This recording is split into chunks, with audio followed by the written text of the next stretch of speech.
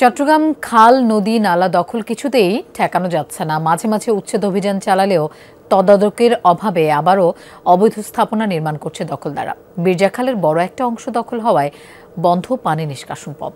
দখলমুক্ত করতে শিগগিরই অভিযান চালানোর কথা বলছে সিটি কর্পোরেশন। প্রথম দেখায় স্বাভাবিক মনে হলেও চট্টগ্রাম নগরীর বাকলিয়ায় এই অ্যাগ্রো ফার্মটি নির্মিত হয়েছে বীরজাখাল দখল করে। খালের পানি প্রবাহের পথ বন্ধ হওয়ায় বর্ষা এমনকি শুষ্ক মৌসুমেও বৃষ্টি হলে হাঁটু পানিতে তলিয়ে যায় পুরো এলাকা। নালা ছিল, বড় ঘর ছিল, নালা শুরু হয়ে গেছে, তো বন্ধ হয়ে গেছে। এটার জন্য পুরা খালটাই ভরে গেছে। পানিটা দেখছেন, পানিটা যাইতো যে এদিকে, পানি যাওয়ার কথা ছিল এদিকে, কিন্তু পানি এদিকে যাচ্ছে না। কষ্টে আছে এটাতে। পানি কি পরিমাণ পানি উঠতেছে এটা বলা যাবে না। আগে ছিল 6 ইঞ্চি স্ল্যাব, এখন 10 ইঞ্চি স্ল্যাব করে ডালা দিছে। এটা কি হয়েছে আমরা বুঝতেছি না। আসলে জিনিসটা এলাকাবাসীর পক্ষে আমরা খুবই হতাশ। একে অবৈধ দখল, তার উপর ফার্মের বর্জ্য ও আবর্জনা ফেলায় ভরাট হয়ে খালটির অস্তিত্বই হুমকির মুখে। তবে দখলদার প্রভাবশালী হওয়ায় সীমাহীন দুর্ভোগের পরও ভয়ে মুখ খুলতে নারাজ স্থানীয়রা।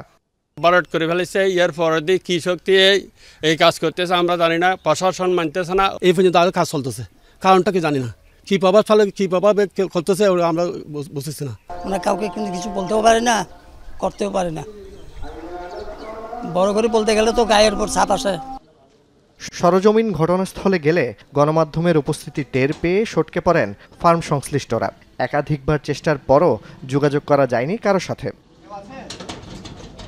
ভুক্তভোগী স্থানীয়দের অভিযোগ, সিটি কর্পোরেশনের লিখিত অভিযোগ দিয়েও ফল মেলেনি। তবে পর্যায়ক্রমে সব অবৈধ স্থাপনা উচ্ছেদের কথা জানান এই কর্মকর্তা। উচ্ছেদ করে আসার পর দেখা যায় যে আবার পুনরায় বসে যায়। এটা একটা কমন প্র্যাকটিস। এটার জন্য আমরা যেটা করি, আমরা রিপিটেড অভিযান করি এবং তাদেরকে জরিমানার আওতায় আনা হয়। আবার সেকেন্ড টাইম, থার্ড টাইম জরিমানার পরিমাণগুলো বাড়ে। সরকারি জায়গা অবৈধভাবে দখলের জন্য জেলও প্রদান করা হবে।